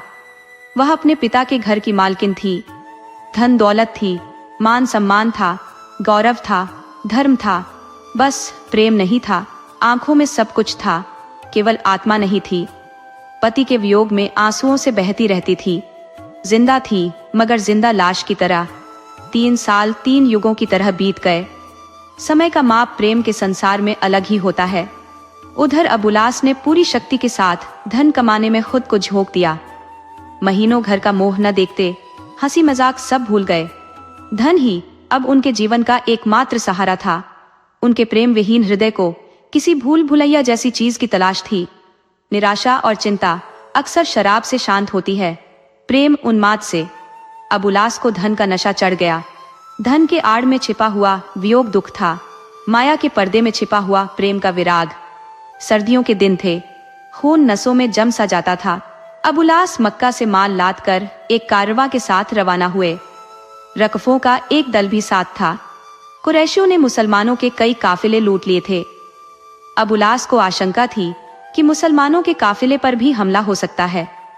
अबुलास को शंका थी कि मुसलमान हमला कर सकते हैं, इसीलिए उन्होंने मदीना की राह छोड़ एक वैकल्पिक मार्ग अपना लिया। परंतु दुर्भाग्य से मुसलमानों को इस गुप्त योजना की भनक लग ही गई। जैद ने अपने 70 जांबाज साथियों के संग काफिले पर आक्रमण कर दिया। धन के उपासक धर्म के योद्धाओं से कैसे जीत सकते थे? 70 लोगों ने सैकड़ों को परास्त कर खदेड़ दिया। कुछ मारे गए, ज्यादातर भाग खड़े हुए और कुछ को बंदी बना लिया गया। मुसलमानों के हाथ अपार संपत्ति लगी और कैदियों के रूप में लाभ भी मिला। अबुलास फिर से कैद में जकड़े गए। कैदियों के भाग्य का फैसला करने के लिए परंपरा के अनुसार एक पंचायत गठित की गई। जब ज़ैनब को यह खबर मिली तो उनके हृदय में आशा की चिंगारी फिर से जल उठी। आशा कभी मरती नहीं, बस मौन हो जाती है। पिंजरे में बंद पक्षी की तरह बेचैनी से तड़पने लगी। लेकिन वे कर भी क्या सकती थी? किससे अपनी पीड़ा कहती? इस बार फिदिये का कोई ठिकाना भी नहीं था। हे खुदा, अब क्या होगा? सोचकर उनकी बेचैनी बढ़ गई। पंचों ने इस बार हजरत मोहम्मद को ही अपना अध्यक्ष चुना। हजरत ने पहले मना किया, लेकिन अंततः सहमति जतानी पड़ी। अबुलास सिर झुकाए बैठे थे। हजरत ने उन पर एक बार करुणा भरी दृष्टि डाली, फिर नजरें नीची कर ली। पंचायत की प्रक्रिया आरंभ हुई। बाकी कैदियों के घरों से फिदिया आ गया था, उन्हें रिहा कर दिया गया। लेकिन अबुलास के घर से फिदिया नहीं आया था। हजरत ने आदेश दिया, इनका सारा माल और असबाब जब्त कर लिया जाए और इन्हें तब तक कैद में रखा जाए जब तक कि कोई इन्हें छुड़ाने ना आए। उनके अंतिम शब्द थे, अबुलास, इस्लाम की नीति के अनुसार तुम गुलाम हो। तुम्हें बाजार में बेचकर यह धन मुसलमानों में वितरित होना चाहिए था, लेकिन तुम ईमानदार व्यक्ति हो, इसलिए तुम्हारे साथ यह छूट दी जा रही है। ज़ैनब दरवाजे के पास छिपकर बैठी हुई थी। जब उन्होंने हजरत का यह फैसला सुना तो वे फूट फूट कर रो पड़ी। फिर बाहर आकर अबुलास का हाथ पकड़कर बोली, अगर मेरा शौहर गुलाम है तो मैं उसकी दासी हूँ। हम दोनों साथ बिकेंगे या साथ कैद होंगे। हजरत बोले, ज़ैनब, मुझे लज्जित न करो, मैं वही कर रहा हूँ जो मेरा कर्तव्य है। न्याय की कुर्सी पर बैठने वाले को प्रेम और द्वेष दोनों से ऊपर होना चाहिए। भले ही इस नीति की स्थापना मैंने की है, पर अब मैं उसका स्वामी नहीं, केवल एक सेवक हूँ। अबुलास से मुझे जितना स्नेह है, ये खुदा के सिवा और कोई नहीं जान सकता। इस आदेश को देते हुए मुझे जितना मानसिक और आत्मिक कष्ट हो रहा है, उसका अंदाजा हर एक पिता कर सकता है, पर खुदा का रसूल न्याय और नीति को अपने व्यक्तिगत भावनाओं से कलंकित नहीं कर सकता। सहाबियों ने हजरत की न्यायप्रियता को सुना तो प्रभावित हो उठे। अब्बू जफर ने निवेदन किया, हजरत, आपने अपना फैसला सुनाया, लेकिन हम सब इस मामले में सहमत हैं कि अबुलास जैसे प्रतिष्ठित व्यक्ति के लिए यह सजा भले ही न्यायोचित हो, परंतु बहुत कठोर है। हम सर्वसम्मति से उसे रिहा करने और उसका जब्त किया गया माल लौटाने की अनुमति मांगते हैं। अबुलास हजरत मोहम्मद की इस निष्पक्षता से हैरान रह गए। न्याय का इतना उच्च आदर्श, मर्यादा का ऐसा सम्मान, आहा, अपने पुत्र स्नेह को नीति पर न्यौछावर कर दिया। हे महात्मा, तुम धन्य हो। संसार का कल्याण ऐसे ही निस्वार्थ महानुभावों से होता है। ऐसी ही नीति के अनुयायी राष्ट्रों का निर्माण करते हैं, सभ्यताओं का उत्थान करते हैं। मक्के लौटकर अबुलास ने अपना हिसाब किताब साफ किया, लोगों का धन लौटाया, कर्ज चुकाए और धन संपदा त्याग कर हजरत मोहम्मद की सेवा में जा पहुंचे। ज़ैनब की अभिलाषा पूरी हुई। दोस्तों, आपको कहानी कैसी लगी? अपने सुझाव कमेंट करना न भूले। तो चलिए आज की अगली कहानी शुरू करते हैं। उन दिनों संयोगवश जिले के अधिकारी एक रुचिकर और कला प्रेमी व्यक्ति थे। इतिहास और पुरातन सिक्कों के अध्ययन में उन्होंने अद्वितीय ख्याति अर्जित कर ली थी। यह ईश्वर की ही लीला रही होगी कि दफ्तर के औपचारिक और नीरस कार्यों के बीच उन्हें ऐतिहासिक अन्वेषण के लिए समय कैसे मिल जाता था। अन्यथा दफ्तर के अफसरों से पूछो तो वे अक्सर यही कहते मिलते हैं, काम के बोझ तले दबा हूं, सिर उठाने की भी फुर्सत नहीं। शायद उनके काम में शिकार और पर्यटन भी शामिल रहा होगा। उनकी कई उपलब्धियों को मैंने देखा था और मन ही मन उनका सम्मान करता था, लेकिन उनकी प्रशासनिक हैसियत और औपचारिक पदवी के कारण उनसे घनिष्ठता स्थापित करने में मुझे झिझक होती थी।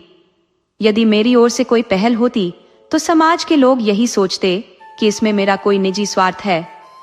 मैं इस प्रकार की आलोचना से बचना चाहता था। मैं अधिकारियों के भोज आमंत्रणों और सार्वजनिक आयोजनों में अफसरों को निमंत्रित करने का कट्टर विरोधी था। जब भी यह सुनता कि किसी अफसर को किसी समारोह का अध्यक्ष बनाया गया है या कोई विद्यालय, चिकित्सालय अथवा विधवाश्रम किसी गवर्नर के नाम पर स्थापित किया गया है, तो अपने देशवासियों की गुलामी की मानसिकता पर मन ही मन खेद करता। परंतु एक दिन जब स्वयं हाकिम जिला ने मेरे नाम एक पत्र भेजा कि मैं आपसे मिलना चाहता हूँ, क्या आप मेरे बंगले पर आने का कष्ट करेंगे, तो मैं बड़ी असमंजस की स्थिति में आ गया। क्या उत्तर दूं? अपने 2-3 मित्रों से परामर्श किया। उन्होंने कहा, स्पष्ट लिख दीजिए कि मुझे समय नहीं है। वे हाकिम जिला है तो अपने घर के होंगे। ये कोई सरकारी या औपचारिक काम नहीं है जो आपका जाना आवश्यक हो। व्यक्तिगत मुलाकात के लिए जाना आपके स्वाभिमान के विरुद्ध है। आखिर वे स्वयं आपके घर क्यों नहीं आए? क्या इससे उनकी प्रतिष्ठा में कमी आ जाती? यह भी जोड़ा, यही तो समस्या है। इन हिंदुस्तानी अधिकारियों को दफ्तर से बाहर भी अपने पद की अकड़ दिखाने की आदत है। शायद अपने घर में भी वे यही अफसरी रौब दिखाते होंगे। एक मित्र जो हास्य कथाओं का चलता फिरता खजाना थे, ने भारतीय अधिकारियों पर कई मनोरंजक किस्से सुनाए। एक बार एक अधिकारी अपने ससुराल गए। पत्नी को विदा कराना था। जैसा कि प्रचलित रिवाज है, ससुर जी ने पहली बार में ही बेटी को विदा करना उचित नहीं समझा। बोले, बेटा इतने दिनों बाद घर आई है, अभी विदा कैसे कर दे? कम से कम 6 महीने रहने दो। उधर धर्मपत्नी ने भी नायन के जरिए संदेश भिजवा दिया, मैं अभी नहीं जाना चाहती। आखिर मेरे माता पिता से भी तो कोई संबंध है। मैं क्या तुम्हारे हाथ बिक चुकी हूँ? दामाद साहब, जो बड़े अफसर थे, ये बात सुनते ही ताव में आ गए। तुरंत घोड़े पर चढ़े और सदर की ओर कूच कर गए। अगले ही दिन ससुर जी के नाम सम्मन जारी करवा दिया। बेचारे बूढ़े ससुर जी मजबूर होकर अपनी बेटी को लेकर दामाद के दरवाजे पर हाजिर हो गए। तब कहीं जाकर मामला ठंडा हुआ। अब ऐसे मिथ्याभिमानी लोग और उनकी आदतें, और फिर तुम्हें हाकिम जिला से क्या मतलब? मान लो अगर तुमने कोई विद्रोही लेख लिखा तो वे तुम्हें तुरंत गिरफ्तार कर लेंगे। उनसे जरा भी रहम की उम्मीद न रखना। साफ कह देंगे, सरकार का हुक्म है, मैं मजबूर हूँ। और फिर तुम्हें तो नायब तहसीलदार या कानून को बनने की चाह भी नहीं, तो क्यों बेवजह अपनी इज्जत कटाओ। लेकिन मुझे दोस्तों की ये सलाह बिल्कुल नहीं भाई। जब एक भला इंसान खुद तुम्हें निमंत्रण देता है तो महज इसलिए इनकार करना कि वह हाकिम जिला है, ये तो सीधी सीधी जिद है। बेशक अगर वे खुद मेरे घर आ जाते तो उनकी प्रतिष्ठा में कोई कमी नहीं आती। बड़े दिल वाला आदमी बेमनमानी दिखाता भी नहीं, लेकिन भाई जिले की अफसरी का भी अपना रुतबा है। और फिर एक मामूली उपन्यासकार की क्या औकात। इंग्लैंड या अमेरिका में तो गल्पकारों और लेखकों के यहाँ खुद प्रधानमंत्री भी आने में गर्व महसूस करते हैं, तो फिर हाकिम जिला क्या चीज है। लेकिन यह तो भारत है, जहाँ कभी बड़े बड़े राजा महाराजाओं के दरबार में कवि उनके यशगान के लिए लाइन लगाए खड़े रहते थे। आज भी लेखक बिना बुलाए इनाम की उम्मीद में किसी की खिदमत को तैयार हो जाते हैं, और तुम यह सोचते हो कि हाकिम जिला तुम्हारे घर आ जाएगा। सच कहूं तो तुम्हारी अकड़ और नखरे देखकर कोई क्यों आए। वह तो जिले का मालिक है। अगर उसमें थोड़ा अहंकार हो भी तो क्या बुरा है। इसे उसकी कमजोरी समझो, बेहूदगी कहो या मूर्खता, लेकिन इसे अनुचित मत मानो। देवता होना बड़ी बात है, लेकिन इंसान होना कोई गुनाह तो नहीं। और मुझे तो यह कहने में भी झिझक नहीं कि भगवान का शुक्र करो कि वे तुम्हारे घर नहीं आए, वरना उनकी मेहमान नवाजी का इंतजाम तुम्हारे पास था भी कहाँ। तुम्हारे घर की हालत ये है कि एक ढंग की कुर्सी भी नहीं। क्या उन्हें 3 टांगों वाले पुराने तख्त पर बैठाते या फिर मटमैली चटाई पर। खुद 3 पैसे की बीड़ी पीकर खुश हो जाते हो, पर उनके लिए 2 रुपए का सिगार खरीदने की औकात भी नहीं है। तुम्हें तो यह तक नहीं पता कि वह सिगार कहाँ मिलता है, उसका नाम क्या है। इसे अपनी खुशकिस्मती समझो कि अफसर साहब तुम्हारे घर नहीं आए और तुमसे मिलने के लिए बुला लिया, वरना 4-5 रुपए तो खर्च होते ही ऊपर से शर्मिंदगी भी उठानी पड़ती। और अगर तुम्हारे दुर्भाग्य से उनकी पत्नी भी साथ होती तो जमीन में गड़ जाने के अलावा कोई चारा न बचता। तुम या तुम्हारी पत्नी उस महिला की खातिरदारी कैसे करते। वह तुम्हारे उस दीवान खाने में रुकने वाली नहीं थी जिसे तुमने गरीबाना अंदाज में सजा रखा है। वहां भले ही गरीबी झलकती हो, पर फूहड़पन नहीं। लेकिन भीतर का हाल हर कदम पर बदसूरती दिखती। तुम अपने पुराने कपड़ों में तंगहाली के साथ संतोषपूर्वक जी सकते हो, मगर कोई स्वाभिमानी व्यक्ति यह सहन नहीं करेगा कि उसकी बदहाली दूसरों के मनोरंजन का विषय बन जाए। ऐसी लेडी साहिबा के सामने तो तुम्हारी आवाज ही बंद हो जाती। खैर, मैंने हाकिम जिला का निमंत्रण स्वीकार कर लिया। यद्यपि उनके व्यक्तित्व में अवसरी ठाट बाट की छाया थी, लेकिन उनके स्नेह और उदारता ने उसे काफी हद तक ढक दिया। उन्होंने मुझे शिकायत का कोई मौका नहीं दिया। अवसरी स्वभाव को पूरी तरह बदल पाना उनके बस की बात नहीं थी। ये प्रसंग मेरे लिए कोई बड़ा महत्व नहीं रखता था। उन्होंने बुलाया, मैं गया, थोड़ी बातचीत की और लौट आया। इसे बताने की जरूरत ही क्या थी, मानो सब्जी लेने बाजार गया था। लेकिन न जाने कैसे ये बात चारों ओर फैल गई। खास तौर पर कुछ समूहों में चर्चा होने लगी कि मेरी और हाकिम जिला की गहरी दोस्ती है और वह मेरा बहुत सम्मान करते हैं। बात बढ़ते बढ़ते यहाँ तक पहुँच गई कि कहाँ जाने लगा, वह मुझसे सलाह लिए बिना कोई रिपोर्ट या निर्णय नहीं करते। कोई चालाक व्यक्ति इस तरह की अफवाह से अपना फायदा उठा सकता था। स्वार्थी लोग तो ऐसी बातें सुनकर बावले हो जाते हैं। इन्हें तिनके का सहारा काफी लगता है। ऐसे लोगों को विश्वास दिलाना मुश्किल नहीं था कि मैं उनके काम करवा सकता हूँ, लेकिन मुझे ऐसी बातों से सख्त नफरत है। फिर भी सैकड़ों लोग अपनी समस्याएं लेकर मेरे पास आने लगे। किसी के साथ पुलिस ने ज्यादती की थी, किसी को आयकर विभाग की सख्ती की शिकायत थी। कोई कहता कि दफ्तर में उसका हक मारा जा रहा है और उसके पीछे वालों को तरक्की मिल रही है। उसका नाम पुकारा जाता तो कोई खास तवज्जो नहीं देता। इस तरह के मामले रोजाना मेरे पास पहुंचने लगे थे, लेकिन मैं हमेशा एक ही जवाब देता, भाई मेरा इससे कोई लेना देना नहीं। एक दिन मैं अपने कमरे में चुपचाप बैठा था कि अचानक बचपन का एक पुराना साथी बलदेव बिना किसी खबर के सामने आ खड़ा हुआ। हम दोनों एक ही मदरसे में पढ़ा करते थे। ये तकरीबन 45 साल पहले की बात होगी। मेरी उम्र मुश्किल से 19 साल रही होगी और वह भी मेरे ही आसपास के रहे होंगे। लेकिन जहां मैं पतला दुबला था, वहां वह तगड़े और हट्टे कट्टे थे। मैं पढ़ाई में तेज था और वह बिल्कुल उलट, सहज और थोड़े सुस्त। हमारे मौलवी साहब उनसे हार मान चुके थे और आखिरकार उन्हें पढ़ाने की जिम्मेदारी मुझ पर डाल दी। मैं इसे अपने लिए गर्व की बात मानता था और पूरे मन से उन्हें पढ़ाता। नतीजा यह हुआ कि जहां मौलवी साहब की छड़ी काम नहीं आई, वहां मेरा धैर्य और स्नेह रंग लाया। बलदेव ने पढ़ाई में दिलचस्पी लेना शुरू कर दिया और खालिक बारी तक पहुंच गए। लेकिन तभी मौलवी साहब का इंतकाल हो गया और हमारी पढ़ाई का सिलसिला वहीं थम गया।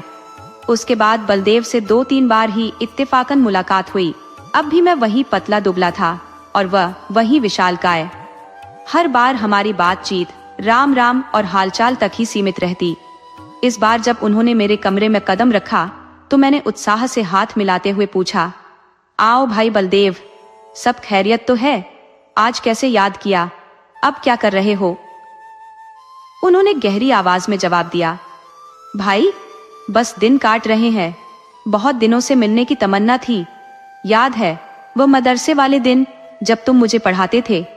तुम्हारी वजह से मैं 4 अक्षर पढ़ पाया और अपनी जमींदारी संभालने लायक बना, वरना तो अनपढ़ ही रहता। तुम मेरे गुरु हो भाई। सच कहता हूँ, मुझ जैसे गधों को पढ़ाना किसी और की बस की बात नहीं थी। फिर वह थोड़ा ठहर कर बोले, मौलवी साहब से पढ़ाई करके जो समझ नहीं आता था वह तुमसे पढ़कर बिना दोहराए याद हो जाता था। तुम तब भी बड़े तेज दिमाग के थे। ये कहते हुए उन्होंने मुझे गर्व से देखा। मैं पुरानी यादों में डूब गया। भावुक होकर बोला, जब तुम्हें देखता हूँ तो दिल करता है दौड़कर गले लग जाऊं। ऐसा लगता है जैसे 45 साल का वक्त जैसे पलक झपकते गायब हो जाता है। मदरसे के दिन फिर से आंखों के सामने घूमने लगते हैं और बचपन की सारी मिठास ताजा हो जाती है। बलदेव ने भी नम्र आवाज में कहा, भाई मैंने हमेशा तुम्हें अपना इष्ट देव माना है। जब तुम्हें देखता हूँ तो ऐसा लगता है कि सीना चौड़ा हो गया हो, मानो मेरा वही पुराना बचपन का साथी सामने खड़ा है जो हर परिस्थिति में साथ देने वाला है। तुम्हारी प्रशंसा सुनकर मन ही मन सुकून मिलता है। लेकिन यह बताओ, क्या तुम ढंग से खाना नहीं खाते? क्यों इतने दुबले होते जा रहे हो? अगर घी की दिक्कत है तो मैं 2-4 कनस्तर भिजवा दूं। अब तो उम्र भी ढल रही है, इसीलिए भरपेट खाओ। इस अवस्था में शरीर में जो ताकत बची है वह भी अच्छे खाने पीने पर ही निर्भर है। मैं तो अब भी रोज सेर भर दूध और पांव भर घी का आनंद लेता हूँ। हाल ही में थोड़ा मक्खन भी खाने लगा हूँ। जिंदगी भर परिवार के लिए जुटे रहे, लेकिन आज कोई यह पूछने वाला नहीं कि तबीयत कैसी है। अगर आज मैं भी लाचार हो जाऊं तो एक लौटा पानी देने वाला भी नहीं मिलेगा। इसलिए जमकर खाता हूँ और जी जान लगाकर काम करता हूँ। घर पर अपना दबदबा बना हुआ है। अब तुम्हारा बड़ा बेटा, वही पहलवान, एक झूठे मुकदमे में फंसा दिया गया है। दरोगा जी से किसी बात पर कहासुनी हो गई थी, तब से उन्होंने मन में खटास रख ली। गांव में डकैती पड़ी और तहकीकात के बहाने उसे भी लपेट लिया। वह पिछले 7 दिनों से हिरासत में है। मुकदमा मोहम्मद खलील डिप्टी के इजलास में चल रहा है और मोहम्मद खलील और दरोगाजी की खूब पटती है, इसलिए सजा होना तय है। अब तुम ही कुछ कर सकते हो। जाकर हाकिम जिला से कह दो कि मुकदमा झूठा है और वह खुद आकर जांच करे। देखो भाई, बचपन के साथी हो, मना मत करना। मैं जानता हूँ तुम ऐसे मामलों में नहीं पड़ते और तुम्हें पढ़ना भी नहीं चाहिए। तुम जनता के प्रतिनिधि हो, तुम्हारा सरकारी लोगों से मेलजोल बढ़ाना उचित नहीं है, वरना जनता का विश्वास टूट जाएगा। लेकिन यह मामला निजी है। अगर मामला इतना झूठा ना होता तो मैं कभी तुम्हारे पास ना आता। लड़के की माँ तो रो रोकर बेहाल है और बहू ने 7 दिनों से खाना पीना छोड़ रखा है। घर में चूल्हा तक नहीं जला। मैं थोड़ा बहुत दूध पी लेता हूँ, लेकिन दोनों सास बहू निराहार पड़ी है। अगर लड़के को सजा हो गई तो वे दोनों जीवित नहीं रहेंगी। मैंने उन्हें समझाया है कि जब तक हमारा छोटा भाई है कोई हमारा कुछ नहीं बिगाड़ सकता। तुम्हारी भाभी ने तुम्हारी एक किताब पढ़ी है, अब तो वह तुम्हें किसी देवता का अवतार समझने लगी है। जब भी कोई चर्चा छिड़ती है वह तुम्हारा उदाहरण देकर मुझे शर्मसार कर देती है।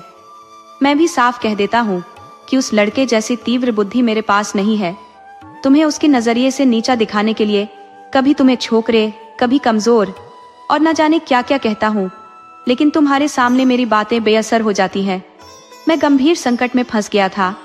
जितनी आपत्तियां मेरी ओर से हो सकती थी बलदेव सिंह ने पहले ही निपटा दी थी। उन्हें दोहराने का कोई मतलब नहीं था। अब मुझे कोई उपाय नहीं सूझा सिवाय इसके कि साहब से जाकर बात करूं। हाँ, इतना जरूर जोड़ दिया कि मुझे भरोसा नहीं है कि मेरे कहने से कोई खास फर्क पड़ेगा, क्योंकि सरकारी मामलों में अधिकारी हमेशा अपने मातहतों का पक्ष लेते हैं। बलदेव सिंह ने मुस्कुराते हुए कहा, इसकी फिक्र मत करो, तकदीर में जो लिखा है वह तो होकर रहेगा, बस तुम जाकर अपनी बात कह दो। मैंने कहा, ठीक है, तो कल जाओगे? हाँ, जरूर जाऊंगा। ये कहना मत भूलना कि आप खुद आकर जांच करें। हाँ, ये जरूर कहूंगा, और यह भी कह देना कि बलदेव सिंह मेरा भाई है। मुझे झूठ बोलने पर मजबूर मत करो। तुम मेरे भाई नहीं हो, मैंने तो हमेशा तुम्हें अपना भाई ही माना है। ठीक है, यह भी कह दूंगा। बलदेव सिंह को विदा करके मैंने चैन की सांस ली और आराम से खाना खाकर लेट गया। मैंने उससे पीछा छुड़ाने के लिए झूठा वादा कर दिया था। मेरा हाकिम जिला से कुछ कहने का कोई इरादा नहीं था। मैंने पहले ही यह साफ कर दिया था कि अधिकारी आमतौर पर पुलिस के मामलों में दखल नहीं देते, इसलिए अगर सजा हो भी गई तो यह कहने का बहाना रहेगा कि साहब ने मेरी बात नहीं मानी। कई दिन बीत चुके थे, मैं उस घटना को लगभग भूल ही चुका था। एक दिन अचानक बलदेव सिंह अपने पहलवान बेटे के साथ मेरे कमरे में आ धमके। उनका बेटा अदब से झुककर मेरे चरणों पर सिर रखकर एक किनारे खड़ा हो गया। बलदेव सिंह बोले, भैया, पूरी तरह निर्दोष करार दिया गया।